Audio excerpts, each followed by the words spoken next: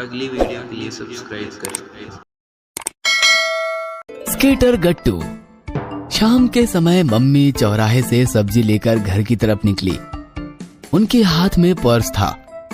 अचानक पीछे से भागता हुआ एक चोर आया और मम्मी की पर्स छीनकर भाग गया। गट्टू! मम्मी की ये पुकार आसमान में बार बार गूंजी। गट्टू काफी तेजी से चोर का पीछा कर रहा था। सारे लोग स्टाइल में स्केटिंग करते हुए चोर के पीछे भागने वाले गट्टू को आंखें फाड़ फाड़ कर देख रहे थे। लोगों ने ऐसा नजारा पहले कभी नहीं देखा था। चोर का पीछा करने वाला गट्टू किसी फिल्म के हीरो से भी बढ़कर एक्शन करता हुआ स्केटिंग कर रहा था। मम्मी गट्टू की तरफ देखकर मुस्कुरा रही थी। गट्टू चोर के काफी पास पहुंच गया था। चोर ने गट्टू को पीछे देखकर स्पीड बढ़ा दी। सो स्मार्ट, लेकिन तुम बच नहीं सकते बच्चू। गट्टू ने भी अपनी स्पीड बढ़ाई और अब वो चोर को पकड़ने ही वाला था कि तभी अचानक गट्टू उठो, 8 बज गए हैं। गट्टू ने आंखें खोली तो ना वो सड़क पर था और ना ही सामने चोर था। गट्टू बिस्तर पर सोया हुआ था और मम्मी उसे जगा रही थी। क्या मम्मी, अब सपने में भी स्केटिंग नहीं करने देती हो मुझे? तुम्हारा स्केटिंग का भूत अब तक उतरा नहीं है। चलो उठो, स्कूल नहीं जाना है। बेचारा गट्टू मम्मी की बात मान गया और काम पर लग गया। कुछ दिनों से सोसाइटी के मयंक भैया और उनके कुछ दोस्त सोसाइटी में स्केटिंग कर रहे थे। हर शाम गट्टू उनके पास जाकर उनकी स्केटिंग देखता था। सारे लड़के स्केटिंग शूज पहनकर हवा चीरते हुए स्टाइल मारते हुए स्केटिंग करते थे। उनको देखकर गट्टू के सिर पर भी स्केटिंग का भूत सवार हो गया था।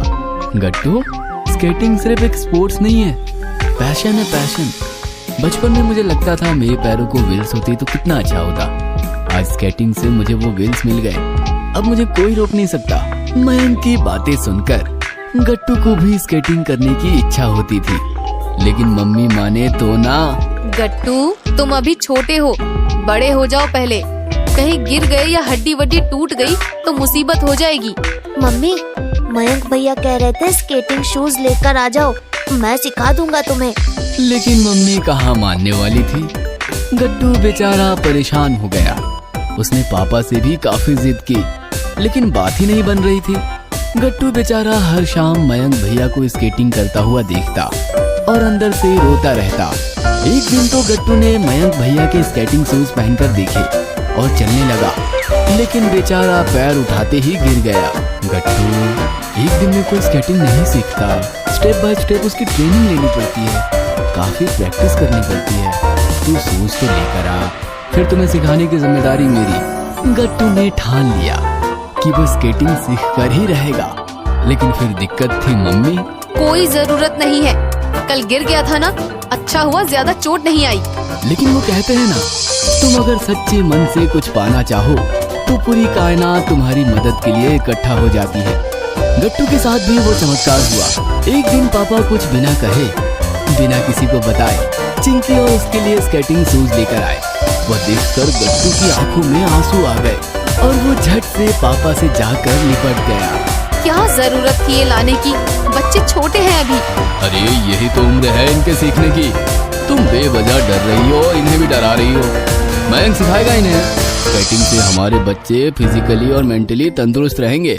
इनका कॉन्फिडेंस लेवल कई गुना बढ़ जाएगा, देखना।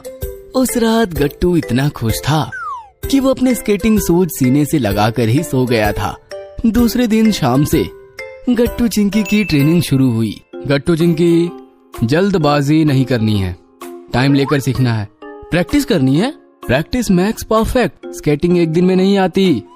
डोंट वरी भैया, हम आपको फॉलो करेंगे। आज हम सिर्फ बैलेंस करना सीखेंगे। आज तुम्हारे रोलर स्केटिंग व्हील्स में 100% लॉक रखूंगा। सेफ्टी गार्ड्स पहन लो। फिर गट्टू चिंकी ने हेलमेट और बाकी सेफ्टी गार्ड्स पहन लिए। मयंक भैया ने उनके स्केटिंग व्हील लॉक कर दिए और दोनों को भी व्हील लॉक करना और खोलना सिखाया। अब कमर से नीचे झुक जाओ और धीरे धीरे चलते रहो, इससे स्केटिंग के साथ बैलेंस करना सीख जाओगे। गट्टू चिंकी कमर से सामने की तरफ बेंड हो गए और छोटे छोटे कदम उठाकर चलने लगे। एक हफ्ता गट्टू चिंकी ने स्केटिंग व्हील के साथ चलना सीखा। फिर मयंक ने स्केटिंग व्हील का लॉक 25% खोला। अब बैलेंस आगे ही रखो और धीरे धीरे चलने की कोशिश करो।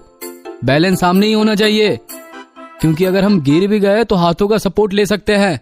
फिर गट्टू चिंकी धीरे धीरे व्हील्स पर चलने की कोशिश करने लगे। व्हील्स हल्के हल्के घूम रहे थे। एक हफ्ते बाद उनका बैलेंस पक्का हो गया तो मयंक ने व्हील्स को 50% खोल दिया और फिर से उन्हें बैलेंस करते हुए चलने को कहा। अब गट्टू चिंकी को बहुत मजा आ रहा था, क्योंकि अब वो व्हील्स पर अच्छी तरह से फिसल कर आगे बढ़ पा रहे थे।